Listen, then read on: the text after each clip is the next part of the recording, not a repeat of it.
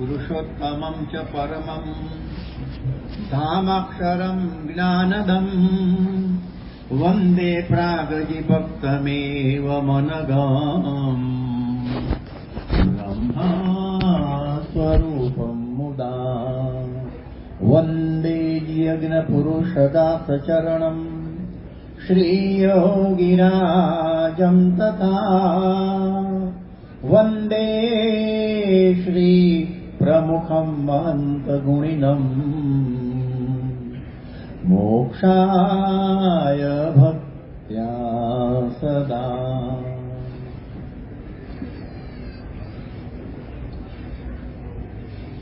छब्बीसमी January 2001 રોજ સવારે ભુજમાં ભયાનક ભૂકંપ થયો.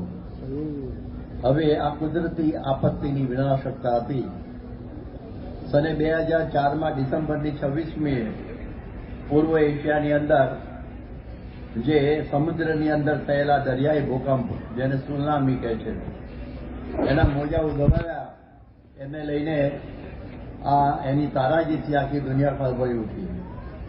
હજારો લોકો મૃત્યુ પામ્યા, લાખો બેઘર થયા. દુનિયાભરની સેવાભાવી સંસ્થાઓ મદદમાં પહોંચી ગઈ. પ્રકૃતિના આવા તાંડવો થતા જ રહે છે. એ સમયે આપણને અનેક ઘણું નુકસાન પણ થાય છે અને એ તાંડવ અને બેહાલીની નોંધો બધી લેવાય છે.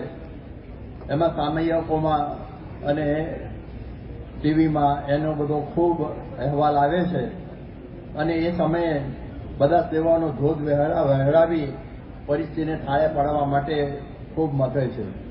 પણ એથી વધુ નુકસાન થાય છે. આ પ્રકૃતિ છે, કુદરતી પ્રકૃતિ, એનાથી તો આટલું બધું નુકસાન થાય છે. પરંતુ જે વધુ નુકસાન તો જે મનુષ્યની પ્રકૃતિ એનાથી સર્જાય છે, એના ઉપર કોઈનું લક્ષ્ય નથી.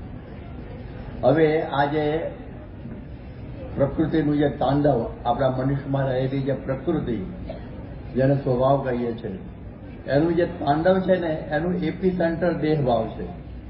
એમાં જરા વિક્ષેપ થાય એટલે પછી કામ, ક્રોધ, લોભ, મોહ વગેરેના તરંગો ઉઠે અને મોટા મોટા પર્વતકાય એવા મોજા ઉછળે અને કુટુંબ, સમાજ, દેશ અને વિશ્વને પોતામાં સમાવી લે. જુઓ દુર્યોધનની લોભી પ્રકૃતિ, અને એનાથી જે તાંડવ સર્જાયું એમાં 18 અક્ષૌણી સેનાને ભરખી લીધી. આ વિચાર કરો કયા ચક્રવાતને, કયા ભૂકંપ કે કઈ જપ હોનાર હશે આટલા બધાને સાથે ભરખ્યા હોય. રાવણની કામી પ્રકૃતિ હતી, એથી આખા કુળનો સફાયો થઈ ગયો.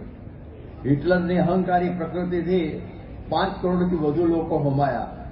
હવે આ બધી વાતો આપણે જાણીએ છીએ.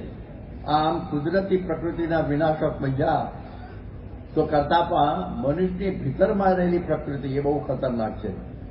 હવે આપણે જોઈએ કે આ પ્રમાણે સત્તાધારીઓ બધા હોય છે, એમાં રહેલા જે કામ, ક્રોધ, લોભ, ઈર્ષા, અહંકાર, એને લઈને કેટલાય દેશ પીડાય છે. કેટલીક જનકલ્યાણ યોજનાઓ છે એ ખોરંભે પડે છે. એમાં મૂળ સત્તાધારીઓનો અહમ મમત્વ એ જ કારણ બની રહે છે. એટલે આવી પરિસ્થિતિ હોય છે. આપણે જોઈએ કે હઠેલા નેતાઓ એ દેશના ઇતિહાસ અને ભૂગોળ પર બદલ્યા છે. હિન્દુસ્તાનના કેટલા ટુકડા થઈ ગયા બધા જાણો છો. અને એની પાછળ પણ એમની આ પ્રકૃતિ જ હોય છે. કોઈ જયચંદ હોય, અમીચંદ હોય, કાકુ વાણિયા હોય, મીર જાફર હોય, એ બધાની જે પ્રકૃતિઓને લઈને આવી બધી મુશ્કેલીઓ બને છે. એટલા માટે ઘણી વખત કહેવાય છે ઘર કો જલા દિયા ઘર કે ચિરાગ છે. આપણા દેશની અંદર આપણા માણસોએ એમની પ્રકૃતિને લઈને દેશને બરબાદ કરેલો છે. એટલે આવા બધા દાખલાઓ બને છે. ઘણી વખત શૈક્ષણિક સંકુલોની અંદર પણ અહમ અને આ મમત્વને લઈને વિદ્યાર્થીના બધા ભાવિ અંધકારમય બને છે. ત્યાં પાડે લડે અને પછી આ પ્રમાણે ઘાસનો ખોડો નીકળે એના જેવી વાત છે. એટલે આવી બધી પ્રકૃતિઓની વાતો તો આપણે બધી ઘણી બધી જાણીએ છીએ. હવે આપણે જોઈએ કે આખા વિશ્વની અંદર આપ જુઓ કે વ્યક્તિમાં, કુટુંબમાં, પછી આપણે જોઈએ કે સમાજમાં, કે દેશમાં, કે વિશ્વમાં ઘણી બધી પ્રકારની મુશ્કેલીઓ ઊભી થાય છે. અને એ બધી સ્વભાવથી થતી બધી રામાયણો છે. સ્વભાવને લઈને આ બધી રામાયણો થાય છે. એટલે એને દૂર કરવા માટે આપણે હવે સ્વભાવ ઉપર પારાયણ શરૂ કરીએ છીએ. એટલે એ પારાયણ ચાલશે જ્યાં સુધી અવકાશ મળતો રહેશે. સ્વામીના નિવાસ દરમિયાન એ આપણે જોડાઈશું. ગુણાતીતાનંદ સ્વામી, જે અનાદિ મૂળ અક્ષર બ્રહ્મ, એમણે એક વાત લખેલી છે કે આપણો જન્મ બે વાત ચાલુ થયો છે. એક અક્ષરરૂપ થવું અને બીજું પુરુષોત્તમમાં જોડાવું. આ આપણા જીવનનું ધ્યેય છે. હવે વળી પાછું કહ્યું છે કે આપણે તો અક્ષરધામમાં જવું છે એવો એક સંકલ્પ રાખો. હવે આપણે બધાએ અક્ષરધામમાં પહોંચવાનું લક્ષ્ય તો પસંદ કર્યું, પરંતુ ત્યાં પહોંચવા માટે વચ્ચે આવરણ આવે છે. એ આવરણો જો આપણે ટાળીએ તો જ અક્ષરધામ સુધી પહોંચી શકીએ. હવે અક્ષરધામ સુધી પહોંચવામાં કેવા આવરણો છે? તો 8 આવરણો છે. એમાં તમે જુઓ, પૃથ્વી, જળ, તેજ, વાયુ, આકાશ, અહંકાર, મહાતત્વ અને પ્રકૃતિ. 8મું પ્રકૃતિ છે.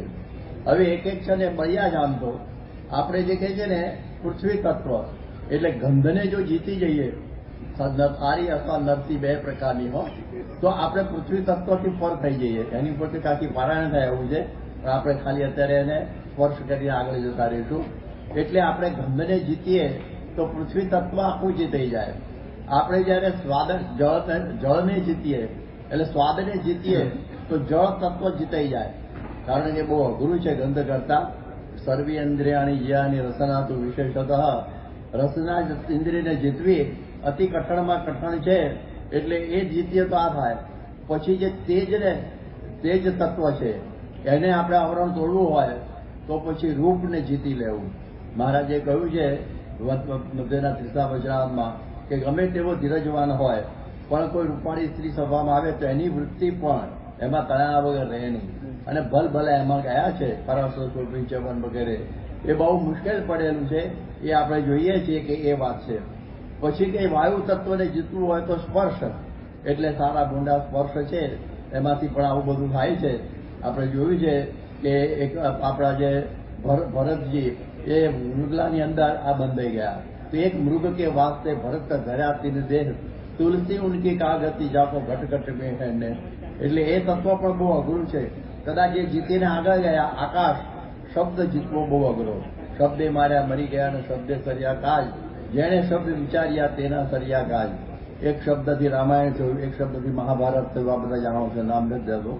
તો આ પ્રમાણે આવી રીતના શબ્દથી આવું પણ થાય છે. એક શબ્દથી ગોપીચંદ નીકળી ગયા માતાના વચનથી, એક શબ્દથી ઘર ત્યાગ કરીને શબ્દે છોડ્યા રાજ. આવું પણ બને છે. અને વળી આગળ આવે છે કે અહંકાર, એટલે કે છે કે અહંકાર એ છોડવો બહુ અઘરો છે.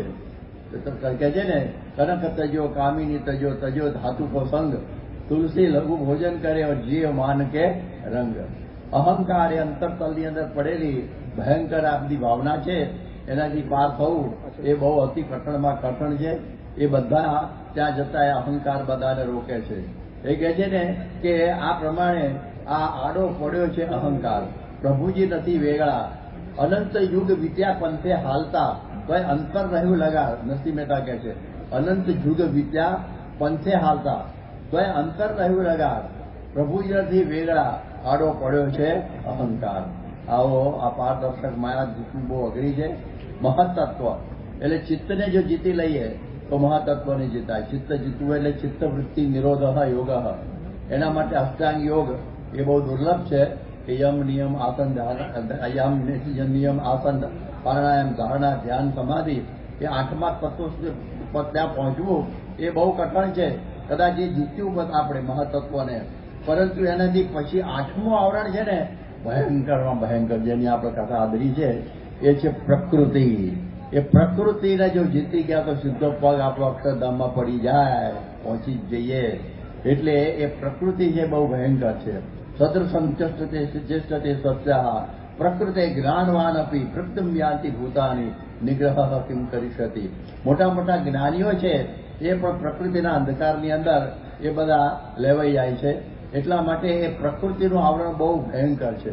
આપણે જોયું કે જેવી રીતે આ નિબિડ અંધકાર હોય, ડેન્સ કહેવું છે ને, ડાર્કનેસ, અને એની અંદર આપણે ગમે એવો પ્રકાશ હોય ને એમાંથી નીકળી શકે નહીં. જેમ શ્રી કૃષ્ણ ભગવાન બ્રાહ્મણના છોકરાને લેવા માટે જતા હતા અને એ વખતે માયાનું ગાઢ અંધકાર આવ્યો અને એ વખતે એમનું સુદર્શન ચક્ર એમણે એક્ટિવેટ કર્યું, ચાલુ કર્યું, તો એમાં 10,000 સૂર્યનું તેજ હતું, તો બપોરિયા જેવું થઈ ગયું. એટલે અંધકાર છે ને એ પ્રકાશને ખાઈ જાય. એવી રીતે ગમે એવો જ્ઞાની હોય ને એ જ્ઞાનરૂપી પ્રકાશ છે ને એ માયાનો સ્વભાવનો પ્રકૃતિનો જે છે ને અંધકાર ખાઈ જાય છે નાખે જ્ઞાનને ખાઈ જાય. કેટલા લોકોના દાખલા બધા બન્યા છે આ જ્ઞાનીઓના. એટલે આપણે જોયું છે બહુ અઘરું છે.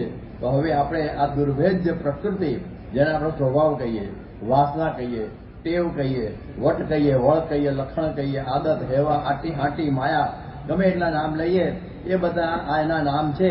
હવે આ સ્વભાવ છે શું? તો શ્રીજી મહારાજે આ અંત્યના 20મા વચનામૃતમાં કહ્યું કે જેવે જે પૂર્વજન્મને વિશે કર્મ કર્યા છે એ કર્મ પરિપક્વ અવસ્થાને પામીને જીવ ભેળા એક રસ થઈ ગયા છે. જેમ લોઢાને વિશે અગ્નિ પ્રવેશ કરી જાય ને એમ એક રસ થઈ ગયા છે. અને એ એક રસ થઈ ગયા છે એ કર્મ, એને સ્વભાવ કહીએ, એને જ વાસના કહીએ અને એને જ પ્રકૃતિ કહીએ. એવી વાત આ મહારાજે વચનામાં બતાવેલી છે. એટલા માટે આ પ્રમાણે એને આપણે પાર કરવા માટેની આ વાતો થાય છે. એટલે આપણા આત્મા સાથે ચોંટી ગયેલી આ પ્રકૃતિ છે જે જન્મ મરણનું કારણ બને છે. જેમ લીંબોળ એમનાથી લીંબોળ થાય ને એવી રીતે આ સ્વભાવમાંથી બધું ઊભું થાય છે. સ્વભાવ એટલે સ્વ એટલે પોતાનું અને ભાવ એટલે મનોવલણ. પોતાનું મનોવલણ સ્વભાવ એટલે સ્વ એટલે પોતાનું ને ભાવ એટલે મનોવલણ. પોતાનો એટીટ્યુડ ઇંગ્લિશમાં કહે છે. એટલા માટે એનું નામ કહેવાય છે એ સ્વભાવ. એટલે એ પ્રમાણે આ સ્વભાવોની વાતો આવે છે. મહંત સ્વામી મહારાજે કોઈએ પૂછ્યું હતું એમને કે ભાઈ દોષો શું કહેવાય, વાસના શું, સ્વભાવ અને કારણ શરીરમાં શું ફરક છે? ત્યારે એમને સરસ જવાબ આપ્યો મહંત સ્વામી મહારાજે કે દોષો તો દેખાય, કામ દેખાય, ક્રોધ દેખાય, લોભ દેખાય, ખબર પડી જાય કામી છે, લોભી છે, આ ક્રોધ વાળો છે એ દેખાય. અને વાસના છે ને એ ફિક્સ ડિપોઝિટ છે, સંચિત, એ અંદર પડેલી છે. એમાંથી આ બધા દોષો નીકળ્યા કરતા હોય. અને સ્વભાવ છે એ કોઈ ક્રિયા હોય તો તે સ્વભાવ સહિત ક્રિયા થાય. ક્રિયા કરીએ આપણે તો સ્વભાવ સાથે ક્રિયા થાય. એવી બધી ઘણી પરિસ્થિતિ થાય છે. અને કારણ શરીર છે તો મૂળ છે, જેને વાસના લિંગ દેહ કહે છે, મિથુની ગ્રંથિ કહે છે, હૃદય ગ્રંથિ કહે છે અને મહામાયા કહે છે. એમાંથી દોષો, વાસના, સ્વભાવ, પ્રકૃતિ બધું નીકળ્યા જ કરે છે. એટલા માટે બધા જ સ્વભાવો, દોષો, દુર્ગુણોનું મુખ્ય કારણ દેહભાવ, દેહાભિમાન છે. એટલે આ દેહાભિમાનને લઈને આ બધી અવસ્થિતિ થાય છે. જ્યાં લગી દેહને હું કરી માનસે ત્યાં લગી ભોગ વિલાસ ભાવે. એટલે આ પ્રમાણે દોષ માત્રનું મૂળ દેહાભિમાન થયું. એટલે આપણે આથી ભાષામાં કહીએ કે આ દેહાભિમાનને પોષતું આ દેહભાવ જનરેટર કહેવાય. જેમ જનરેટરમાંથી વીજળી ઉત્પન્ન થાય એમ દેહાભિમાનમાંથી અનેક પ્રકારના દોષો એ બધા નીકળે છે. દેહાભિમાન દોષ માત્ર દેહાભિમાન જોયા છઠ્ઠામાં કહ્યું છે.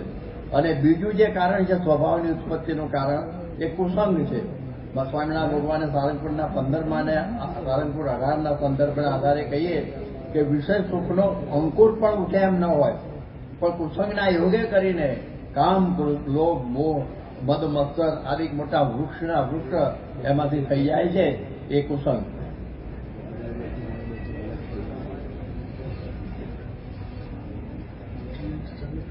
પછી કે છે બીજું જે સ્વભાવનું કારણ છે એ ભગવાન અને સંતમાં મનુષ્ય બુદ્ધિ એટલે દેહ બુદ્ધિ એ એને લઈને મુશ્કેલી થાય છે. શ્રીજી મહારાજે પ્રથમના 24ના પ્રથમના 58માં 73ના સારંગપુરના 18 વચનામાં આ બધી વાત કરી છે કે પોતાનામાં જે કામાદિક દોષ ન હોય પણ ભગવાન અને સંતમાં જેવા દોષ વર્તે તેવા દોષો પાછા એનામાં આવી જાય છે. એટલે આ બહુ સાચવવાનું છે.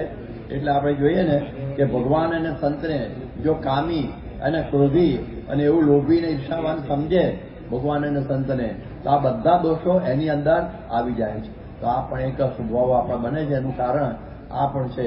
એટલે એ પણ સમજવાનું. સ્વભાવની જે વિભિન્નતાઓ બધી ઘણી બધી છે એ પણ આપણે બધું સમજીએ. એટલે સ્વભાવ આપણે કહીએ છીએ ને કોઈ કે આ માણસ બહુ સારો છે એટલે એનો મતલબ શું થયો કે એનો સ્વભાવ સારો છે. માણસ સારો છે એમ કહેવાનો અર્થ શું થયો કે એનો સ્વભાવ સારો છે. અને કે એ પછી ભલે ઓછું ભણેલો હોય, પછી ઓછી આવડત વાળો હોય તો એ પછી સારો છે. અને કે આ માણસ બહુ ખરાબ છે એટલે આમ બહુ હોશિયાર હોય, બધી રીતે બુદ્ધિશાળી હોય, પરંતુ એનો સ્વભાવ વિચિત્ર હોય તો કે આ માણસ સારો નથી. એક મહાત્મા હતા ને બહુ સારા હતા પણ એની સાથે એનો શિષ્ય હતો કાણિયો એ આંખે અને એ બહુ અતિ વિચિત્ર હતો. અને એ જ્યાં જાય ત્યાં બધાની પાસે માગ કર્યા કરે અને બધાને હેરાન પરેશાન કરે. એટલે બધા કહેતા ये गुरु तो अच्छा है लेकिन ये कान्या है ना ये जूते का अधिकारी है એવી પ્રકારે આવા પ્રભાવમાં આવી પરિસ્થિતિ થાય છે એટલે આપણે બધું સમજવા જેવું છે. હવે આપણે જોઈએ ને કે માણસની ઓળખનું સાધન છે ને સ્વભાવ છે. એક વાત કરતા યોગી બાપા કે એક વ્યક્તિ છે એને બધા મૂર્ખો કહે, એને તો આખા ગામમાં બધા મને મૂર્ખો કહે છે માટે બીજે ગામ જવું તો પછી કંઈક હરખું થાય. તો બીજે ગામ ગયો અને ગામની પાદરે એને તરસ લાગી અને એક પાણીયાની પાણી ભરતી હતી અને કોઈ મને પાણી પીવું છે એ ખોબો ધર તે એને છે ને આમ ધરવાનું આમ ધર્યો. પેલી બાઈકો મૂર્ખો લાગે તમને કોણ કહી ગયું હજી તો હું આગળ આવું છું એ તારા લક્ષણ છે ને એ તને કહી જાય છે. તો આવી પ્રકારની પરિસ્થિતિ હોય છે. એટલે તુલસી સંસાર મેં ભાત કે લોગ, આ સંસારમાં જુદી જુદી પ્રકારના મનુષ્યો છે એટલે આ પ્રમાણે બધા સ્વભાવોની વિશિષ્ટતાઓ બધી ઘણી બધી હોય છે. આપણે જોઈએ કે હવે મહાભારતનું યુદ્ધ થતું હતું એ પહેલા અર્જુન શ્રી કૃષ્ણ ભગવાને કહે છે કે હવે જુઓ મારે લડવાનું છે તો મારે પણ જોવું છે કે કોની સાથે મારે લડવાનું છે. કઈ સયા મયા સહ યુદ્ધવ્યમ, કોણે મારી સાથે લડવાનું છે ને હું જરા જોઈ ચાલો. એટલે સેનયોર ઉભયોર મધ્યે રથમ સ્થાપય મેં જૂત, આ બે સેનાની વચ્ચે મારો રથ મૂકો હું જોઈ લઉં કે મારે કોની સાથે લડવાનું છે. એટલે આ પ્રમાણે દુશ્મનને પછાડવો હોય પાછો પાડવો હોય તો એની ખામી અને ખૂબીઓ એને જોઈ લેવી પડે. એવી રીતે પ્રકૃતિને ટાળતા પહેલા એને ઓળખી લેવી જોઈએ. એને લડવાનું છે ને તેને ઓળખી લેવી જોઈએ. એટલે એ ન ઓળખ્યા તો નકામું. બાકી જેમ પોપટને શીખવાડેલું કે બિલ્લી આવે તો ભાગ જાના બુડ જાના, બિલ્લી આવે તો બુડ જાના. હવે એને બિલ્લી બતાવેલી નહીં એટલે પછી બિલાડી આવી અને એને પકડ્યો તો બોલ કરે, બિલ્લી આવે તો ભાગ જાના. એટલે પણ બિલ્લી આવી ગઈને પકડ્યો તને. એવી રીતે સ્વભાવને ઓળખ્યા ના હોય તો સ્વભાવ આપણને પકડી લે. એટલા માટે સ્વભાવની અંદર મુખ્ય સ્વભાવ કહે છે ને અહમ મૂલક પ્રકૃતિઓ કહી છે. યોગી બાપાએ 1970ની સાલની અંદર માંજામાં રમુભાઈ મુરજારીના ત્યાં એમનો ઉતારો હતો, એમના ચોકમાં સરસ વાત કરેલી અને એમણે એમ કહ્યું કે હઠ, માન અને ઈર્ષા એ સુપ્રિન્ટેન્ડન્ટ પ્રકૃતિઓ છે. સુપ્રિન્ટેન્ડન્ટ પ્રકૃતિઓ કહી એટલે વિશ્વાન સ્વામી પણ કહ્યું માન મોટો છે અરી અજીત, સમજીને સંગત જો. એટલે અહંકારમાંથી પ્રકૃતિનો આવિષ્કાર થાય છે. જેમ આપણે જોઈએ કે આ જે ઈથર છે ને હવામાં અમથું સળગે એમ અહંકારી હોય ને એને આપણે પૂછીએ કે કેમ છો, તમારી જેમ હોય એમ, તારો શું છે, ખાલી પૂછવા હતું તો એવા પ્રકારના તરત ગરમ થઈ જતા હોય. એટલે આવા બધી પ્રકૃતિ અહમ પ્રકૃતિ.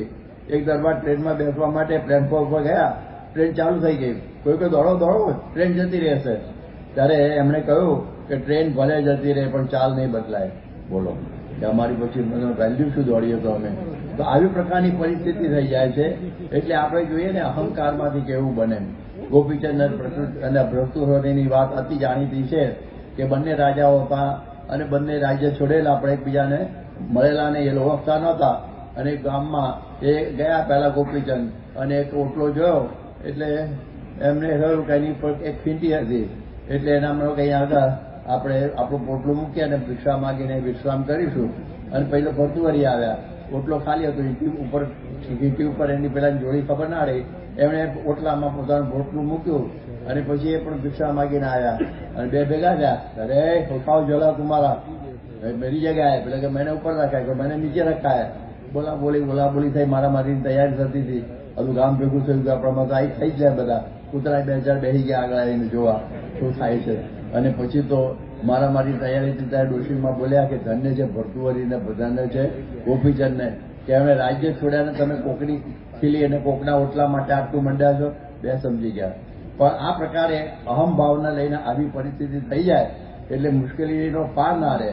એક વખતે જૂનાગઢની અંદર ગુણાતીતાનંદ સ્વામી હતા અને એમાં બધો સભા મંડપમાં બધા સાધુના બધા ઉતારા હોય, એમાં એક સાધુ નવા આવ્યા એટલે બધાએ કહ્યું ભાઈ તમે 4 આંગળ કે વેચ ખસો તો આની જગ્યા થઈ જાય. બધા ખસી ગયા પણ એકે કંઈ સ્ટેશનના માથા ઉપર ખેલી નાખી હશે એટલે કે મારું આસન નહીં ખસે, મારું તો અહીં નહીં જ રહેશે.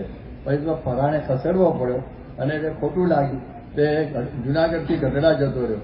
સ્વામી કહ્યું કે વેચ નાખ્યો ખસ્યો, હાઈટ ગૌ ખસ્યો. અહમભાવ. આ પ્રકારની આવી પરિસ્થિતિ થઈ હોય છે. માનમાંથી બોસિંગ નેચર થઈ જાય કે આઈ એમ ઓલવેઝ રાઈટ. એટલે બીજાને દબાવવાની પ્રવૃત્તિ બધી થયા રાખે. અને આવું બધું હોય કે ઘણી વખતે અન્નની હાજરીમાં દીકરાઓને બાપ ધમકાવતા હોય, પણ એનાથી છોકરાઓ પર બહુ ખોટી અસર પડે છે. એટલે એવી બોસિંગ નેચર પણ નકામ હોય છે. એટલે એમાંથી આ માનમાંથી થઈ જાય, કરું તો હું કરું એ ભાવના પણ આ માનમાંથી ઊભી થઈ જાય છે. એક વખત એક બ્રાહ્મણ એક ગામમાં ભિક્ષા માંગવા ગયા, અને પછી ગામમાં ભિક્ષા માંગવા ગયા હશે, અને પછી કંઈક ભિક્ષા એ ગામમાં છેલ્લે માંગવા ગયા તો મળીને ના પાડી દીકરા કે બહુ હતી કે એમાં તો તમારે જેવા બહુ રખડતા જાવ એની. એટલે પછી એ બિચારા વિલેમાં એ જતા હશે બીજા પોતાના ગામ જવા. સામેથી એક ડોશીમાં આવ્યા અને બ્રાહ્મણને જોયા અને કે ક્યાંથી આવો છો? બ્રાહ્મણ મહારાજ કે સામાના આ ગામમાંથી આવીએ છે. કે ભિક્ષા માંગવા ગયા હતા? કે હા. કે તમે અમારા ઘેર ગયા હતા? કે ગયો હતો. પણ શું થયું? કે મારા ઓવે ના પાડી, મને ના પાડી.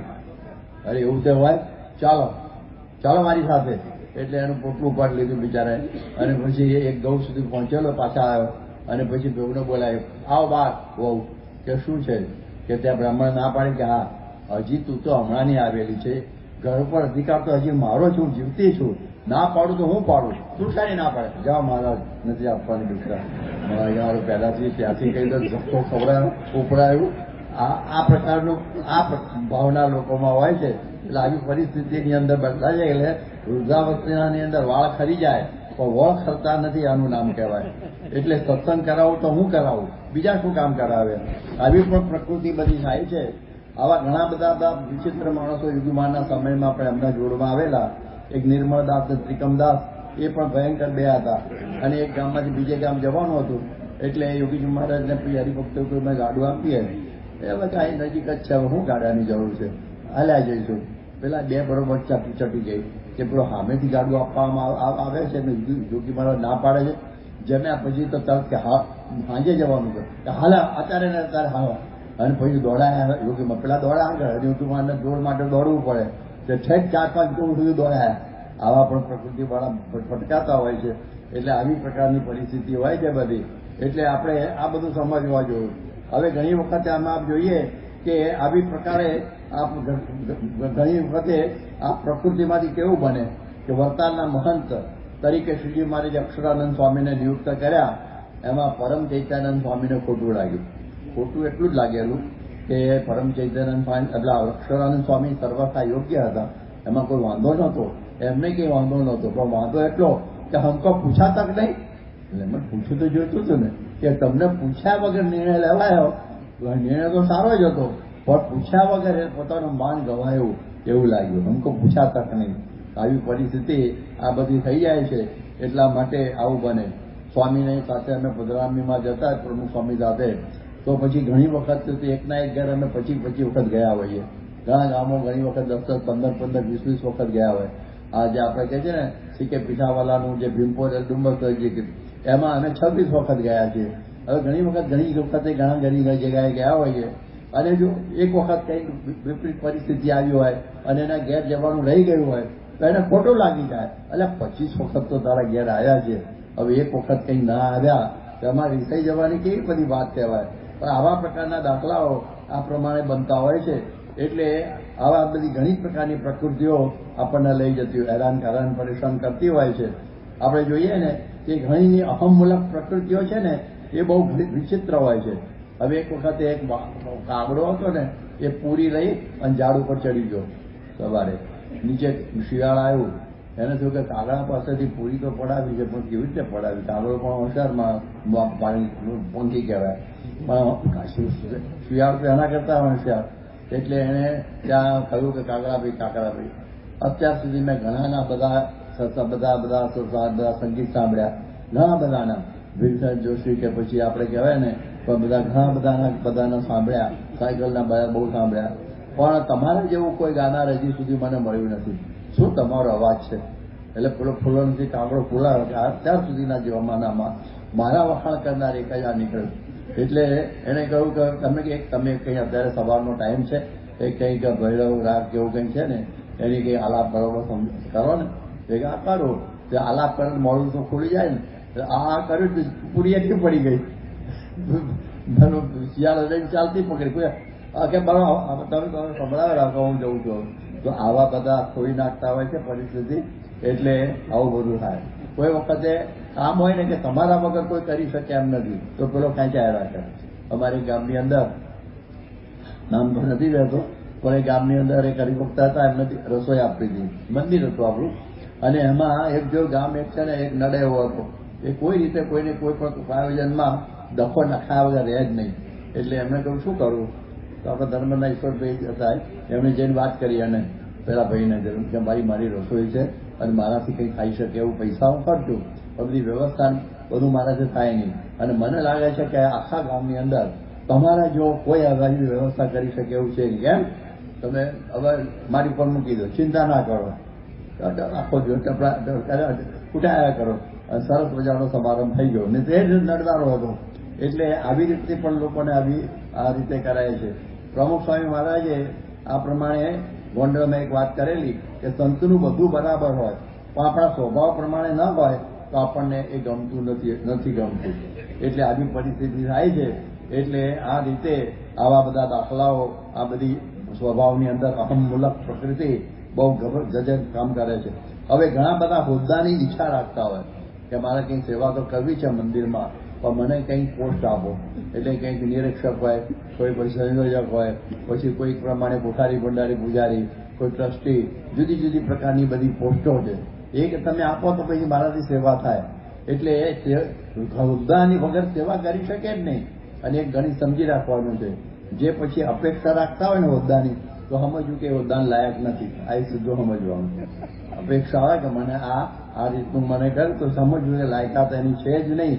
એનું ઉત્તમ ઉદાહરણ રઘુનાથ દાસ કેવો હતો બધા જાણીએ છીએ. પરંતુ જયારે રામાનંદ સ્વામીએ સહજાનંદ સ્વામીને ગાદી આપવાનું કર્યું, ત્યારે રઘુનાથ દાસ ન થયો કે હું જ યોગ્ય તો છું, મને જ આપવી જોઈએ ગાદી, અને કેમ આને વળગાડે છે. અને એમાં પછી ઘણી બધી મુશ્કેલીઓ ઊભી થઈ ગઈ, અને પછી તો એને સત્સંગનો ત્યાગ કરવો પડ્યો. એટલે કેટલી સંસ્થાઓમાં જે તિરાડો પડે છે, ભાગલાઓ પડે છે, એમાં આ અહમ પ્રકૃતિ છે ને, એ જ આ પ્રકારનું કારણ બને છે. અહંકારી માણસ છે ને, એ ભેગા મળીને કોઈ પ્રવૃત્તિ કરી શકે જ નહીં, પોતાની બે એકલો કર્યા કરે, બધાની સાથે કામ કરી શકે નહીં. જુલિયસ નરેરે એક બહુ સુંદર વાત કરી હતી કે individual Indians are very intelligent, but if they have to work together they act like Buffalo. એટલે એકલો હોય ને કામ કરવું હોય ને તો બહુ હોશિયાર છે, પણ ભેગા મળીને કામ કરવું હોય ને તો પાડા જેવું કામ કરે, બધું મારામારી, ધમાલ તોફાન કરી દે. એટલે આવી મુશ્કેલીઓ ઊભી થઈ જાય છે. એટલા માટે કે છે ને કે ઘણી વખત એક હુંસી ઘોડો આખા પાયગાને ડરે, એમ મંડળમાં કે મંદિરમાં કે બીજે ત્રીજે કંઈ એક માણસ વિચિત્ર હોય તો ઘણી વખત બધાને મુશ્કેલી ઊભી કરી આપે, એવું થાય બને છે. એક સાથે પ્રેમથી વર્તી શકે નહીં. ઈસુ ખ્રિસ્તે મરતી દેહ છોડતી વખતે આ પોતાના બધા શિષ્યોને આદેશ આપ્યો કે તમે બધા એકબીજાની સાથે પ્રેમથી વર્તજો. આ બહુ અઘરી આજ્ઞા લાગી, આ બહુ અઘરું પડે છે બધાને. એટલે એવી પ્રકારની પરિસ્થિતિ આ પ્રમાણે છે. એટલે આપણે જોઈએ કે ઘણી વખતે આપણે શબ્દ પ્રયોગ કરીએ છીએ ને, જો તેણે આમ ન કર્યું હોત તો આવું ન બનત, જો ફરીબાએ હઠ ન પકડી હોત તો શ્રીજી મહારાજ રાજી થાત. જો અને તો, આ બે શબ્દમાં સ્વભાવની અભિવ્યક્તિ થઈ જાય. જો અને તો, જો આમ ન કર્યું તો આમ. હવે આ તો છે ને 73 મણનો તો છે ને, એ ખસેડવો બહુ અઘરો છે, બહુ વજનદાર હોય છે. એ ખસવાનું નામ જ નથી લેતો, એવી પરિસ્થિતિ બને છે. એટલા માટે આ બધા મનનું મૂકવું, માનને મૂકવું, એ મહાત્માને પણ કઠણ પડી જાય છે. મનનું મરડાય એટલે તરત જ ઝાંખો પડી જાય. એટલા માટે કોઈ કહ્યું છે કે પીળા પર્ણો ફરી નથી થતા, કોઈ કાળે લીલા, ભાંગ્યા હૈયા ફરી નથી થતા, કોઈ કાળે રસીલા, પામે વૃદ્ધિ ક્ષય પછી શશી, પ્રાણીનું એને ભાવી, નાવે એને ભરતી કદી જ્યાં એકદા ઓટ આવી. એટલે આ પ્રકારની આવી પરિસ્થિતિ બને છે. એટલા માટે ગુણાતીતાનંદ સ્વામી કહ્યું કે મન ધાર્યું મૂકે એ જીવન મુક્ત કહેવાય, મન ધાર્યું મૂક્યું એને ત્રિલોકી જીતી કહેવાય. એટલે આવી મન ધાર્યું કરવાની પ્રકૃતિ છે ને, એનું નામ જ હઠ કહેવાય. એટલે આવું બને. એટલે આવી પરિસ્થિતિ આ બની જતી હોય છે ઘણા બધાના જીવનમાં. એક જણ છે ને, એની બી હઠ હતી, અને યોગીજી મહારાજ એમને મનાવ્યા. એમને કહ્યું ભાઈ તમે આ ભાઈ સાથે હાથ મૂકી દો. એટલે માનતા હું બોલે ભાઈ ખબર છે, આ તો તમે કહો છો ને એટલે હું એને દંડવટ કરું છું, બાકી તો એને કોણ પૂછે છે. હવે આવી રીતે બોલ્યું ના મનાય. નિર્માણી પડે થોડું થોડું કરવું પડે. આવી પરિસ્થિતિ થાય છે. પ્રમુખ સાહેબ મારે ઘણી વખત કહેતા કે મૂરખ, મગર અને મકોડો એને પકડતા આવડે પણ છોડતા આવડતું નથી. એટલે આવી મૂરખની પંક્તિની અંદર અહંકારનો સાથ હોય તો આવી રીતની પરિસ્થિતિ થાય છે. જેમ કે છે ને શાંતાનંદ સ્વામી જે સુરતમાં હતા અને ગુણાતીત શ્રીજી મહારાજે મુક્તાનંદ સ્વામી એ વખતે વાત કરી કે ભાઈ આ અથાણું આવ્યું છે અને મેં સત્યગત લખી છે, એને પણ મહારાજને અર્પણ કરવાની છે. તો ગુણાતીતાનંદ સ્વામીને કહ્યું કે તમે આ લઈ જાઓ. તો હવે એમની જોડમાં એક સાધુ શોધતા હતા. એમાં શાંતાનંદ સ્વામી હતા. કે સ્વામી તમે કહેતો તો જઈશ, નહીં કહેતો તો હું જવાનો જ છું મહારાજના દર્શન કરવા. હવે કંઈક પૂછવાનું રહ્યું જ નહીં ને. એટલે પછી ભેગા ગયા અને મહારાજ એમને મળ્યા. ગુણાતીતાનંદ સ્વામી 22 વખત ભેટ્યા પણ આની સામે ના જોયું. ત્યારે કહ્યું સ્વામીએ મહારાજ આને બરણી ઉપાડી છે, સેવા કરી છે, માટે અમને કંઈ મળો તો ખરા.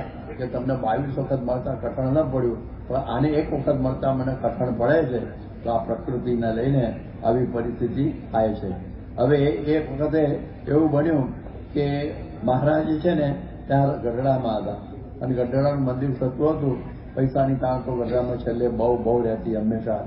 એટલે મહારાજ જે આવે ને પૈસાની વાત કરતા. કોઈ રસોઈ આપવા આવે તો કે ભાઈ રસોઈ રવા દો, તમે સારી રસોઈ આપી દો રોટલા દાળની, હવે કંઈક લાડુ ને દૂધપાક ને માલપોળા ને બધું રવા દો અને જે પૈસા એના વધાર હોય એ બધા કડિયાના પગારની અંદર અમારે ચૂકવવાના છે એટલે તમે એમાં આપો.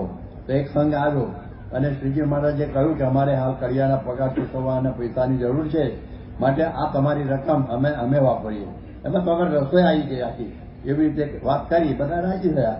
પણ સંઘની અંદર એક વ્યક્તિ હતી, એને હટ પકડી કે ના મહારાજ આમાંથી દૂધપાક બનાવો, માલપુઆ કરીને સૌને સમજાવો, જમાડો. એને બહુ સમજાવ્યો પણ માન્યો નહીં. હવે આપણે તો નાતની વાત નથી કરાતી એટલે એક વ્યક્તિ બોલાય છે એટલે એને હટ મૂકી નહીં. અને પછી તો મહારાજ ગયું ચાલો એમ કરો, તમે કેટલા રૂપિયા લાયા છો રસોઈના? એટલે બધા ઝઘડો કરો, મૂકો એમાં સામે બધા રૂપિયા મૂક્યા બધાએ. પછી કે હવે જેના લીધા આ હોય ને જેનો ભાગ, કોઈ રૂપિયો આપણે બે આના હવે શું કહેવાય, કોઈ 10 રૂપિયા 15 રૂપિયા 20 રૂપિયા 25 રૂપિયા આપ્યા હોય એ બધા લઈ લો. કંઈક બધા લઈ લીધા. પછી 8 આના વધ્યા. 8 આના છેલ્લે આ કોના છે? બહુ પાડતો હતો ને માલપુર દૂધપાક વાળો, એના હતા કે આ તારા 8 આનામાંથી દૂધપાક કરવાનો, માલપુરા કરવાની. 8 આનામાં આટલો કુદાકુદ કરતો હતો તો સમજી ગયો કે હારવા પૂર થઈ ગઈ. તો આવી પ્રકારની પરિસ્થિતિ થાય છે. ભગા શેઠને પણ એવું થયેલું. એમને પણ ઈચ્છા હતી કે બોટાદથી ગાડામાં બધા સરસ મજાના દૂધમાં લાડુ બનાવીને આવેલા, આખા ગાડું ભરીને.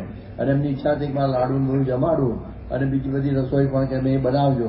મારે કે તમે અમારે રહેવા દો, આપ કડિયાના પગારના પૈસા આપો કે ના, લાડુ જ પીરસવાના બધાને.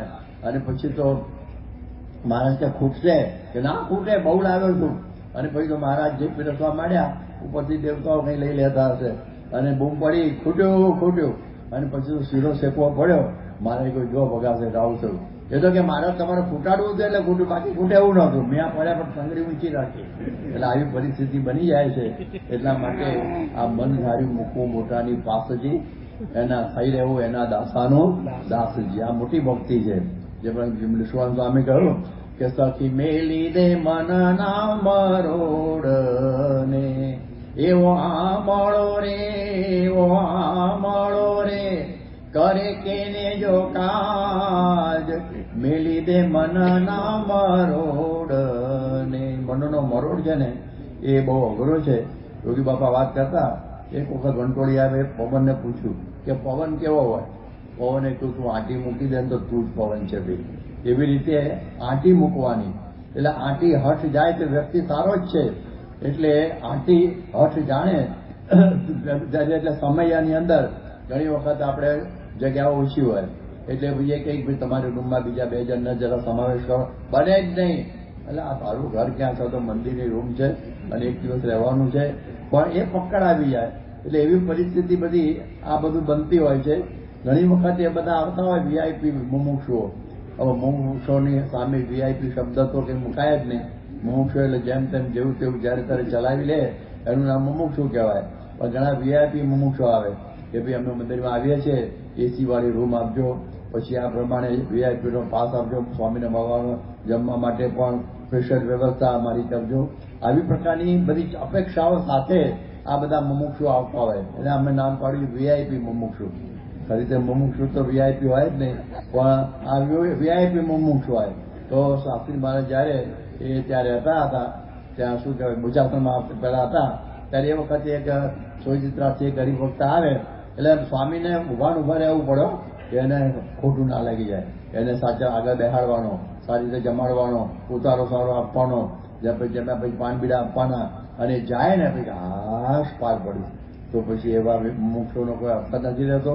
એટલે એ પણ બરાબર સમજવું પડે. જેમ પછી ઘણા બધા છે બાળક હોય ત્યારે એના સાચવવાના હોય, પણ ઘણા આગળ વયના હોય ને એને પણ સાચવવાના હોય. પેટિંગ પ્રકૃતિ એવી રીતે એને પંપાડીને રાખવા પડે. એટલે આવા બનતા હોય. એ ગરીબ ભક્ત તો અમને કહેતા હતા, હું આવું ને ત્યારે તમારે મને આગળ બેસાડી દેવું, તમારે મને આગળ બેસાડી દેવો, નહીં તો હું સત્સંગમાંથી પડી જઈશ. તો આપણે એની ખબર રાખવી પડે કે આયા પાછા બેઠા તું આગળ બેહાડવા પડે. આવું આપણને સારું છે કહી દે પહેલાથી કે ભાઈ હું સત્સંગમાંથી પડી, અને એનું પાપ તમને લાગશે કે તારી પડી જાય. એટલે આપણે એને સમજાવે, એનો ખ્યાલ રાખવો પડે.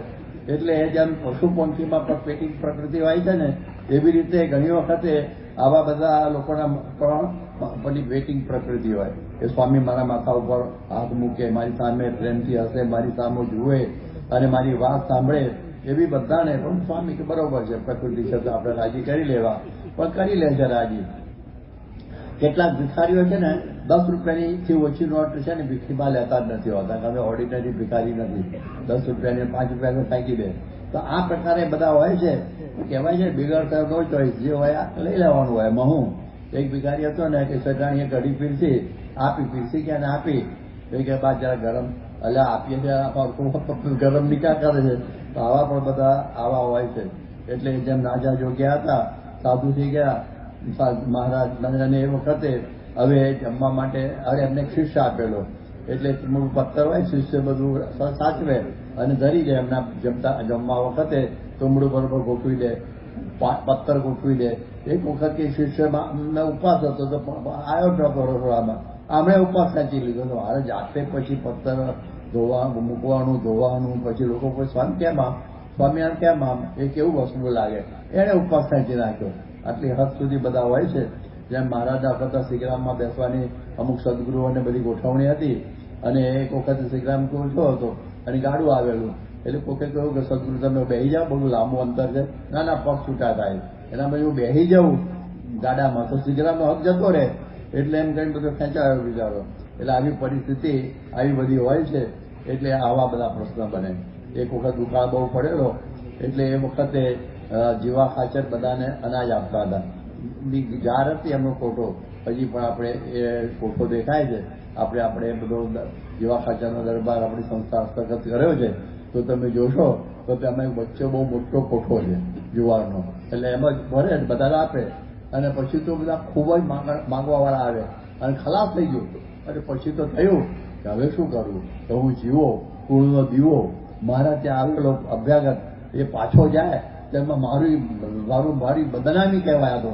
એટલે એને તો અબ્દુલનો વાટકો તૈયાર કર્યો. અમુલાબાને અમીરબાન થયું કે આપા તો આવવું પડશે, ધામમાં જતા રહેશે આપઘાત કરીને. મહારાજ પાસે ગયા, મહારાજ દોડતા કે મહારાજ અપાયો તો અફીણ ગોળ્યું છે કે ચાલો આવું. કે શું છે જીવા ખાચર, કે આવું છે, ચિંતા ના કરો. વસ્તો ખાચર ત્યાં હતો તો વસ્તા 10,000 રૂપિયા આપી દે અને જુવાર ખરીદીને કોઠામાં ભરી દેશે. અને એ વખત પેલો અલૈયો બાજુમાં ઉભો હતો, એને કહ્યું તું 1000 રૂપિયા આપી દે. એટલે અલૈયા આપ્યા નહીં. એટલે મહારાજ આટલું જ બોલ્યા એની હાજરીમાં, વસ્તા જેવો અલૈયો નહીં, વસ્તા જેવો અલૈયો નહીં. અને અલૈયાને જે લાગ્યું એવા બીજા 2-3 પ્રસંગ જાણીતા છે. પેલો બીજો ત્રીજો નંબરવાળા એ રીતે અલૈયાએ સત્સંગનો ત્યાગ કર્યો. અને જેટલા બધા સત્સંગમાં સત્સંગ કરાયેલો એ બધાને પણ પાછા પાડ્યા. એવી રીતે આવી પરિસ્થિતિ આ બધું થઈ જાય છે. એટલા માટે સમજવા જેવું છે. એક વખતે એક ઈરાનના એક મહાકવિ હતા શેખ સાદી. હવે એના પિતા હતા એટલા નાના હતા, 8-9 વર્ષના. એના પિતા એને મક્કા હજ કરવા લઈ ગયા. અને એ વખતે એવો નિયમ હતો કે સવારે વહેલા ઉઠીને નમાજ પડવી. એ વખતે નીકળ્યા આવે અને પેલા ઓટલા ઉપર મસ્જિદના એક માણસ ઊંઘતો હતો. નમાજની બાંધો કરી ગયેલી, પેલો ઊંઘતો હતો. એટલે પેલા શેખ સાદી નાના હતા, એના પિતાને કહ્યું કે જુઓ ને પિતા, આ બહુ બાંગ પોકરાઈ ગઈ અને આ તો અહીં મૂતો છે. એના બાપાએ કીધું તું ઘેર સુઈ રહ્યો તો સારું થાત, હજી તો તું નમાજમાં બેઠો નથી મસ્જિદમાં અને બીજાનું જોવાનું શરૂ કરી દીધું, આ નથી કરતો, આ નથી કરતો. એટલે આવી પ્રકારની પરિસ્થિતિ પણ આ બની જાય છે. એટલા માટે આવો અહંકારી સ્વભાવ ના રાખો. આપણે થોડું પાળવાનું શરૂ કર્યું, જેમ આપણે કંઈ નિર્જરા કરી હોય એકાદું જાય અને ફરારી કરી. હવે એ પ્રકારનું બધું અહંકાર આવી જાય છે. અહીં તો બધા કેજીથી પીએચડી સુધીના બધા જ વિદ્યાર્થીઓ કે વર્ગખંડની અંદર છે. એટલે આ પ્રમાણે આપણે આ શાંતિ રાખીને સત્સંગ કરો, એટલા માટે આપણે વિચાર કરવા જેવો છે. એટલે ઘણા બધાને છે ને પ્રાઇડ ઓફ ઇલનેસ, બર્ટન રસેલે કહ્યું કે ઘણી વખત પોતાનું ધ્યાન પોતા તરફ બીજાનું ધ્યાન ખેંચવા માટે સ્વપીડન પ્રકૃતિનો શિકાર બની જાય છે. આવી પરિસ્થિતિ આવી બધી બનતી હોય છે. એટલા માટે આપણે બધું સમજવા જેવું. કોઈ વિદ્વાનો અને કથાકારોને પોતાના નામી આગળના પાછળ પોતાની બધી જ ડિગ્રીઓ અને ઉપાધિઓ લગાડવાનો સ્વભાવ હોય છે. પત્રિકામાં જો કોઈ વખત રહી ગયું હોય નામ, અરે કઈ ડિગ્રી, તો પછી ફરી છપાવડાવે કે મારી આ ડિગ્રી તો રહી ગઈ, મહત્વની તો આ હતી. એટલે એવી મુશ્કેલીઓ બધી બની જતી હોય છે. એટલે લોકોને પદવીઓની બહુ ઈચ્છા હોય છે, ઘણી બધી પદવીઓની.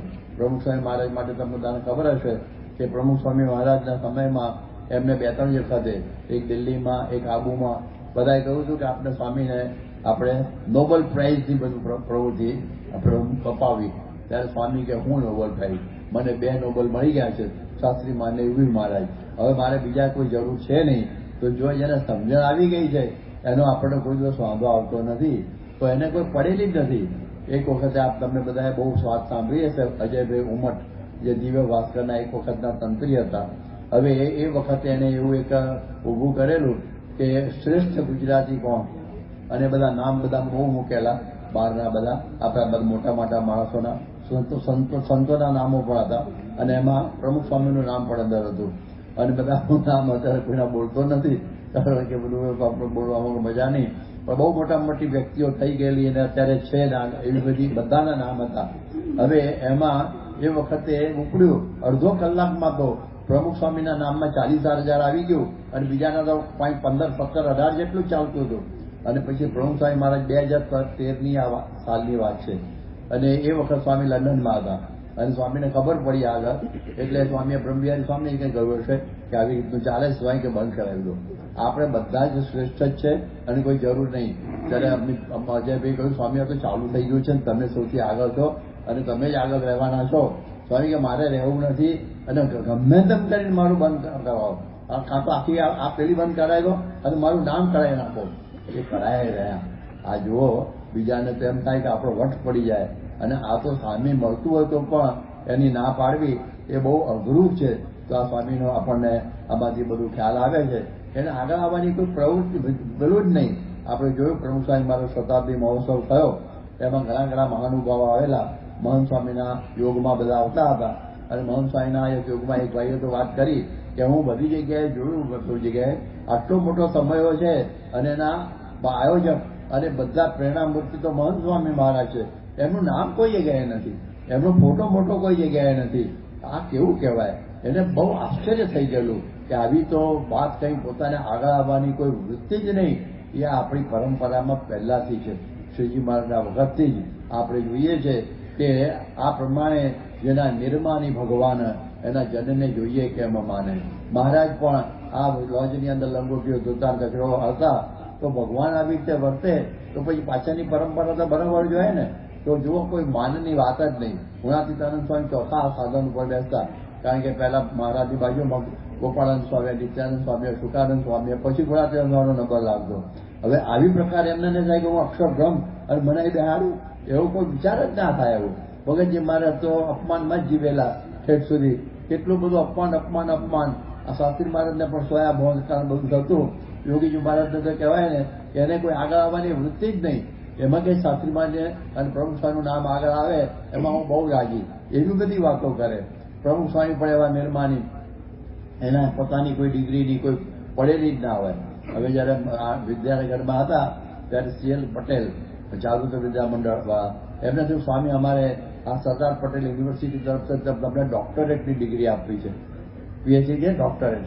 સ્વામી કે જો એ તો ઠીક છે, કોઈ બીજાને આપો, અમારે કોઈ જરૂર નથી. વિચારો પડી ગયા. સામેથી મળતી હોય ડિગ્રી તો પણ આગળ બાજુ બીજા તો ફાંફા મારે, પણ આપણે કોઈ પડેલી જ નહીં. આપણે તમે જુઓ કેવી રીતે છે. એક રમૂજી વાત, બકુલભાઈ ત્રિપાઠી એ બહુ હાસ્ય લેખક, અને મુંબઈમાં અમને મળેલા અને રમૂજી વાત કરતા હતા કે મેં તો છે ને 2 ડિગ્રીઓ લઈ લીધી છે. મેં કઈ લીધી તમે? એક પદ્મશ્રી અને ભારત રત્ન. તો કેવી રીતે? કે કોઈ યોગ્યતા નહીં, કોઈ ભલામણ નહીં, કોઈ પૈસા ખર્ચા વગર આટલી 2 ડિગ્રી મળી ગઈ. તો યોગ્યતા વગર પાછી ભલામણ સમજ્યા આપણે, યોગ્યતા નહીં, કઈ યોગ્યતા નહીં, અને આ પ્રમાણે પૈસો ના પૈસા ભલામણ કઈ નહીં. કેમ કે પહેલી દીકરી જન્મી અને નામ પદ્મશ્રી પાડ્યું, એટલે નામ લખ્યા પદ્મશ્રી બકુલ ત્રિપાઠી. છોકરો ભાઈ જન્મ ભારત રત્ન નામ પાડ્યું, ભારત રત્ન બકુલ ત્રિપાઠી, એ જ લખે ને પછી. એટલે આ પ્રમાણે મારા 2 ડિગ્રીઓ પ્રાપ્ત થઈ ગઈ છે. તો આવા બધા આપણે જોઈએ કે આ તો રમૂજી વાત છે, પણ લોકો બધા ખરીદતા હોય છે ડિગ્રીઓને, આવું બધું થાય. પણ આપણે પડેલી જ ના હોય. આપણે જોઈએ કે રંગનાથાનંદ સ્વામી પ્રમુખભાઈ મારાના બહુ સ્નેહી હતા, અને હૈદરાબાદ સેન્ટરના એ વખતે પ્રમુખ હતા. પછી તો સકલ રામકૃષ્ણ મિશનના પ્રમુખ બનેલા, દિલ્હીમાં મળેલા, હૈદરાબાદમાં એમને મળેલા, આપણા ઉત્સવોમાં પણ બધા આવેલા છે રંગનાથાનંદજી રામકૃષ્ણ મિશનવાળા. હવે એમના પ્રસંગની એક વાત એવી બનેલી કે એ છે ને ત્યાં કંઈ કલકત્તા બાજુ હતા, અને પૂરબિયા બાજુ પ્રદેશ છે ને એમાં વિચરતા હતા. એમની સાથે એમના કોઈ સ્નેહી એમના શિષ્ય હતા, રાવ તરીકે નામ તો દત્તક એવું હશે. એમને ટેલિફોન કર્યો કે અમારે પદ્મભૂષણ કે વિભૂષણની પદવી માટે પ્રયત્ન અમારે કરવો છે, માટે આપ જરા અનુમતિ આપો, તમે આગળ વધીએ. એટલે હસ્યા, એ શું કહેવાય, રંગનાથાનંદ હસ્યા. એટલે કે સ્વામી હું સમજી ગયો કે તમને ઈચ્છા ના હોય એટલે હસ્યા. એ કે એવું એમાં હસવાના 2 કારણ છે. મને ઈચ્છા તો નથી જ, મારે તો જોઈતી જ નથી ડિગ્રી. હું રામકૃષ્ણ મિશનનો સાધુ છું. It is a enough award for me. એનાથી વિશેષ મને કોઈ પારિતોષિકની જરૂર નથી. મારા સાધુ રંગનાથાનંદ એની આગળ પાછળ બીજી કોઈ ડિગ્રીઓ મારે લગાવી નથી. અને મારું હસવાનું બીજું કારણ પણ કમ ન કહું. એટલે આ તો સમજ્યા, તમારું બીજું કારણ શું છે કે જયારે ભારત પરતંત્ર હતું એ વખતે કરાચી એ પણ ભારતનો જ ભાગ હતો. આખું પાકિસ્તાન જે ભારતનો જ ભાગ હતો. એટલે એ વખતે ત્યાં રામકૃષ્ણ મિશન ચાલતું અને હું એનો ત્યાં કાર્યવાહક હતો. અને અમારો એ કંઈક વાર્ષિક ઉત્સવ હતો. અને એ વખતે બનારસની અંદર બનારસ હિન્દુ યુનિવર્સિટીના એક પ્રોફેસર, જે આપણા નામ ડોક્ટર સર્વપલ્લી રાધાકૃષ્ણન, એ વખતે પ્રોફેસર હતા અને તત્વજ્ઞાનમાં બહુ આગળ ભણાવતા. એટલે પછી અમે એમને બોલાયેલા મુખ્ય મહેમાન તરીકે. એ વખતે મારી પાસે બેઠેલા અને મને કે મને તમારી બહુ ઈર્ષા આવે છે. તો હું તો સાધુ છું, મારી ઈર્ષા કેવી રીતે તમને આવે છે? કે જો હું 16 વર્ષનો હતો ને ત્યારથી મને સાધુ થવાની બહુ ઈચ્છા હતી, પણ મારા મા બાપે મને વહેલો ભણાવી દીધો, એટલે મારા મનની વાતો મનમાં રહી ગઈ. અને તમે સાધુ થઈ ગયા છો, ખરેખર તમે કામ કર્યું, તમારી મને ઈર્ષા આવે છે.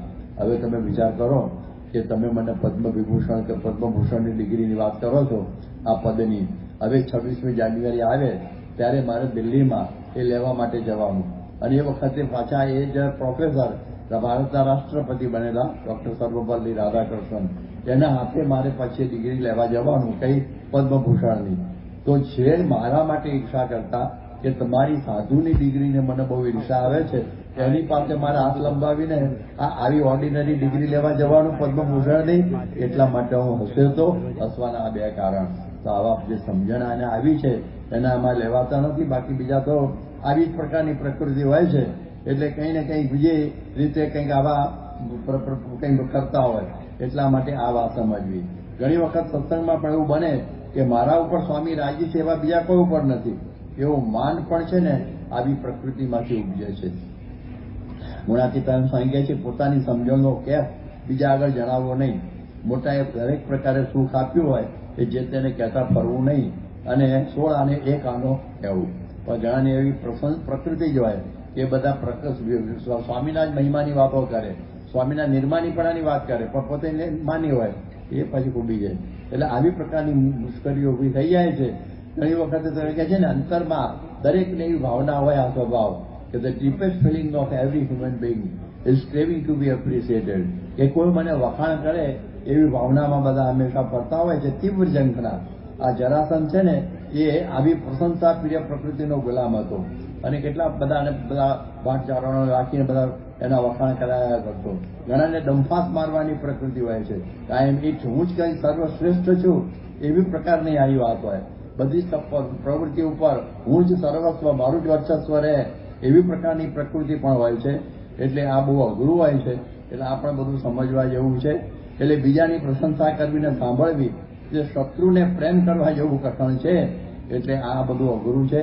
ઘણી વખત આવી વાત હોય કે યદી મેં નહીં હોતા, જો હું ના હોત તો આ કંઈ કાર્ય થાત જ નહીં, એવી પ્રકારના આ લોકોના અભિમાનો હોય છે. યદી મેં નહીં હોતા, યદી મેં નહીં હોતા. આપણે નતા તો એ પણ જગત ચાલતું છે, અત્યારે પણ ચાલે છે, ભવિષ્યમાં ચાલશે. આપણે આવું કે અભિમાન કરવાની કોઈ જરૂર નથી. તો આવું બધું રહે. એક વાર રાણપુર છે, રાણપુરમાં ભાદર નદી વહે છે. 2 ભાદર છે, એક જતપુરવાળી ભાદર જુદી અને આ ભાદર જુદી. આ ભાદર નદીમાં એક ભાઈ છે ને નાહવા ગયા હતા અને કંઈક લપસ્યો, અંદર પડી ડૂબા જ જવા હતા, તરતા નહોતો આવડવું. એક ભાઈએ એમને પકડી લીધા અને બચાવી લીધા. પણ એને પછી મોલે સલામ ગયા હતા મુસલમાન, અને ગામમાં બધા હેતવાળા બધા એકબીજા. આમ તો એને કે જો પછી તો બચી ગયો પેલો. અને ગામ તો રાણપુર બહુ એવું અમદાવાદ જેવું મોટું નહીં, નાનું ગામ, વારે વારે ભેગો થઈ જાય દિવસમાં 1-2 વખત પેલો કે જો ઓ દિન મેં નહીં હોતા તો તેરા ક્યાં હોતા. આવું તમે મને બચાવી દીધું, હું તો ડૂબી જતા. એમ કરતા કરતા 6 મહિના રેકોર્ડ ચાલી. યદી મેં ઓ દિન નહીં હોતા તો તેરા ક્યાં હોતા. પછી એને બધે લાગી આવ્યું, એનો હાથ પકડી અને ભાદર નદી પર લઈ ગયો. હવે કે હું આ દિવસે પડું છું, જો દિન હોને વાલા થા વો આજ હો જાય મેં થક ગયા તેની બાતે સુન કર. એટલે ઘણા બધાને આવી પ્રકૃતિ હોય છે. યદી મેં નહીં હોતા, આવી નહીં હોતા. કોઈ દિવસે આવી પ્રકારની વાત જ ના હોય. તમે જુઓ, આપણે ખ્યાલ હશે કે આ ગાંધીનગર છે, ગાંધીનગરની અંદર આપણે અક્ષરધામ બનાવ્યું, પછી એની પરિક્રમા કરવાની હતી. 3 બાજુ તો થઈ ગઈ. આગળ શું મૂકવું, દરવાજો મૂકવું કે શું મૂકવું, એની માટે બધી ચર્ચાઓ ચાલતી હતી. બધા એક આપણે સ્વામીને પૂછીએ. સ્વામી કહું કાલ સવારે આવી સર ઉપર જોઈ નિર્ણય આપું. અને સર ઉપર આવ્યા, કંઈ ખુલ્લું જ રાખો, આગળ ખુલ્લું જ રાખો, દરવાજો કંઈ નહીં મૂકવાનો. $1 મિલિયન ડિસિઝન. બધા ખુશ થઈ ગયા. સ્વામી કે આ તો મને જેવું લાગ્યું ને એ મેં તમને કહ્યું, તો તમને બધાને યોગ્ય લાગે એમ પાછા કરજો, આટલું બોલ્યા. અને પછી બધાને તો યોગ્ય જ લાગેલું. અત્યારે ખુલ્લું જ કેવું ફાઇન લાગે છે ગાંધીનગરમાં. હવે પછી અમે ઘણી વખત ગાંધીનગર ગયા છીએ સ્વામી સાથે. એક દિવસ સ્વામી મેં જોયો નથી કે સ્વામી બોલ્યા તો ઓ દિન મેં નહીં હોતા તો ક્યાં હોતા, તમે તો દરવાજો મૂકી દે ને. કોઈ દિવસ બોલ્યા નહીં. આપણું મન થઈ જાય ચટપટી જવું, આપણું શું તમે એમ મનમાં કહેવાનું મન તો થઈ જાય. પણ સ્વામી કોઈ દિવસ ભૂલમાં પણ એ બોલ્યા નથી યદી મેં નહીં હોતા. આ ગરીબ બધું અઘરું છે, બહુ અઘરું પડે છે. અતિ કઠણમાં કઠણ પડે છે. પછી ઘણાને બધાને એન કે પ્રકારને ફોટામાં આવી જવાની પ્રકૃતિ હોય. પછી ઘણાને ઘૂસણખોરીની પ્રકૃતિ હોય. કોઈની કૃતિ પોતાના નામે ચડાવી દેતા હોય. અને આવું બને, કોઈ પ્રોજેક્ટ ચાલતો હોય તો વચ્ચે એમાંથી પ્રવેશ કરી જાય અને બીજાને કોરો મૂકીને મેં જ બધું કર્યું જેમ જસ પોતે લેવા પ્રયત્ન કરે. અને કોઈ કહે હું સ્વામીને હું જણી આવવા બધું, તમે જતા ને હું જણી આવી સમજો, એ જોવાય ના દે પાછું. એટલે આવી પ્રકૃતિ બધી થતી હોય છે. એટલા માટે આ પણ સમજવા જેવું. એટલે મહારાજનું કરતાપણું, આપણા ગુરુનો મહિમા, નિર્માણીપણું અને આ બધી વાતો આપણે બધી જોઈ હોય અને પછી આપણે કરવામાં આપણા વિશે આપણે એવા એક ગુણ એમાં ના આવે તો એ પણ બહુ મહા મોટો રોગ કહેવાય. ઘણાની જિદ્દી અને અટંડ પ્રકૃતિ હોય છે. એટલે આપણે જય સ્વામિનારાયણ પણ ના કહેવા, આપણે ચાલતા રસ્તા જય સ્વામિનારાયણ ના કહે. ઘણા તો બધા અંગ્રેજીમાં એવું હોય છે કે કહે છે ને ગુડ મોર્નિંગ કે સેમ ટુ યુ. સારું, ગુડ મોર્નિંગ સામે બોલે નહીં, સેમ જેવું તમે બોલે એવું તમને હું બોલે સમજી લેવાનું. તો જય સ્વામિનારાયણમાં સેમ ટુ જેવું કે નાખે. એટલે ઘણા ઇગો બેઝ એરોગન્સ હોય છે. એટલે આવી પરિસ્થિતિ થાય છે. એટલે આવા માટે આવાઓથી પણ દૂર રહેવાની જરૂર હોય છે. એટલે આ પ્રમાણે આવી ઘણી બધી તમે જુઓ કે ઘણી અહંકારી પ્રકૃતિ હોય છે. એ બીજાને આગળ ના આવવા દે. રમત ગમતનું ક્ષેત્ર હોય, સંગીતનું હોય, સાહિત્યનું હોય, રાજકીય હોય, ધાર્મિક હોય, પણ ગમે તેમાં આવી જે પ્રકારની પ્રકૃતિવાળા હોય, અહમ બેઝ, યુગો બેઝ પ્રકૃતિવાળા, અહમભાવવાળા, એ 3 પ્રકારનું ધ્યાન રાખે કે મારાથી કોઈ આગળ ના નીકળી જવો જોઈએ. રમત ગમતમાં, રાજકીય ક્ષેત્રમાં, ધર્મમાં સમજી રાખવાનું, મારાથી કોઈ આગળ નીકળી ન જવું એ નંબર 1. મારો સામનો કોઈ કરે નહીં, એવી મારો સમોવડીઓ કોઈ થવો જોઈએ નહીં, અને મારો કોઈ વિરોધી થવો જોઈએ નહીં. આ 3 વસ્તુનું ધ્યાન રાખે. એ બધા પડ્યા છે પાછા. નામ કોઈના દેવાની જરૂર નથી, પણ આપણે આ 3 પ્રકૃતિ દરેક ક્ષેત્રની અંદર આ હોય જ છે.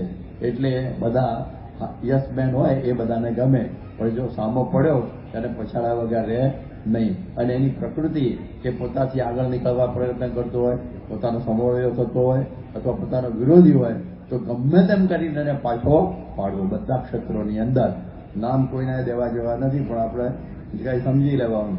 એટલે આવી પ્રકારનું હોય. ઘણાને એમ લાગે કે સંસ્થામાં મને કોઈ પૂછતું જ નથી, મારી કોઈ કદર જ કરતું નથી, મારી શક્તિનો કોઈ ઉપયોગ કરતો નથી, જ્યાં બજારમાં વેચાવા મૂકે મારું કોઈ ભાવ પૂછતું નથી.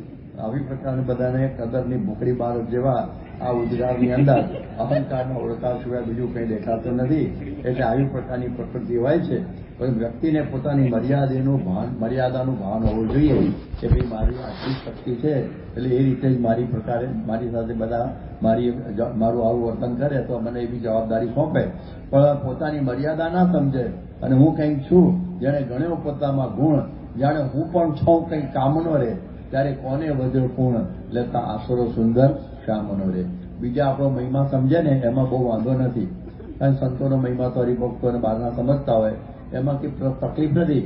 પણ જયારે વ્યક્તિ પોતે પોતાનો મહિમા સમજ્યા ને એટલે સમજવું કે પતન અને પતન સતમુખ વિનિપાત સંસ્કૃતમાં કહીએ તો એ પરિસ્થિતિ થવાનો સંભવ ચોક્કસ રહે.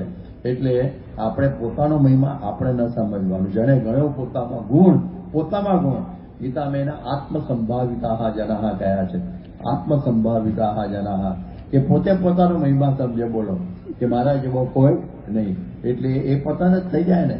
એટલે એવા ઘણા બધા હોય છે કે પોતાને ભગવાન છુએ ત્યાં સુધીનો પણ અભિનિવેશ થયો હોય, જેને અભિનિવેશ કહેવાય છે. પોતાનો અભિનિવેશ થયો હોય એવું કહેવાય. એક વખતે અમે બોચાસણમાં હતા અને એક કાંતિભાઈ કરીને મને મળ્યા. હવે ફાટેલી ટોપી ને બધો દાઢી ગયેલી બધી અંદર સફેદ ને વિચિત્ર બધું ફાટેલું ધોત્યું. મને કે ના ભગત મેં શું છે? હું એક ભગત હતો, હું ભગવાન છું. પોતાની સુણાવના હતા કાંતિભાઈ. એટલે અને હું એને ઓળખતો હતો. એટલે મેં તરત જ કહી દઉં હું માનું છું તમને ભગવાન, બસ આટલું જ સમજવાનું છે. બહુ સારું થયું. પછી હું સાહેબ પાસે ગયો, પ્રભુ સાહેબ પાસે. મેં મને પેલો કાંતિ મળેલો કે શું કહ્યું કે મને કહેતો હતો કે હું ભગવાન છું. તમે શું કહ્યું? મેં હા પાડી. સ્વામી કે મને મળ્યો હતો. મેં તમે શું કહ્યું? મેં હા પાડી. શું કામ? તબિયત હારી ગયા એની આપણે. એટલે આવા બધાને પણ અભિનિવેશ આવી પ્રકારનો આ નજરે જોયેલો છે. વાર્તા જેવું નથી.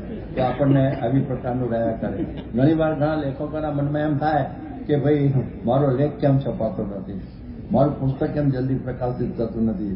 કેટલા ગાયકોને એમ થાય કે મારી બધી કેસેટો કેમ બહાર પડતી નથી. આ ફરિયાદની અંદર મૂળમાં જુઓ તો અહંકાર હોય છે. એ અહંકાર અંદર રહેલો હોય છે. એટલે પોતાની મર્યાદાનું અભાન હોય ત્યારે આવી પરિસ્થિતિ ઊભી થઈ જાય. એટલે આવા પ્રકૃતિવાળાને આ બધું સબ બંદર કે વેપારી જેવા જેવું હોય, કહે છે ને જેક ઓફ ઓલ અને માસ્ટર ઓફ નન જેવા હોય અને પાછા ઈચ્છા બહુ રાખતા હોય, એના લઈને મુશ્કેલી ઊભી થઈ જાય. એક વખત એક ભાઈને કહ્યું તમે કેમ આ મેગેઝિન આપણું વાંચતા નથી? કે હું લેખ આપું કોઈ છાપતું જ નથી. કોઈ શું કામ વાંચો? એટલે તમારે એકનો ના આવે, બીજાના સારા લેખો તો આવે છે ને. ના બધું એવું જ હતું. તો આવી પરિસ્થિતિ થાય છે. તેમાંથી બચવા માટે આ બધા ઉપાયો તો આપણે આગળ ઉપર વાંચીશું, સાંભળીશું. પણ અત્યારે પ્રકૃતિ કેવી છે, કઈથી સહ મહાયોદ્ધવ્ય મારે કોની સાથે ધ્વાર કરવાનું છે એ પ્રકૃતિને ખરેખર જાણી લઈએ ને તો સરળતા પડે જીતવા માટે. તેની આગળ વાત આગળ જાણવા કરીશું. ભગવાનની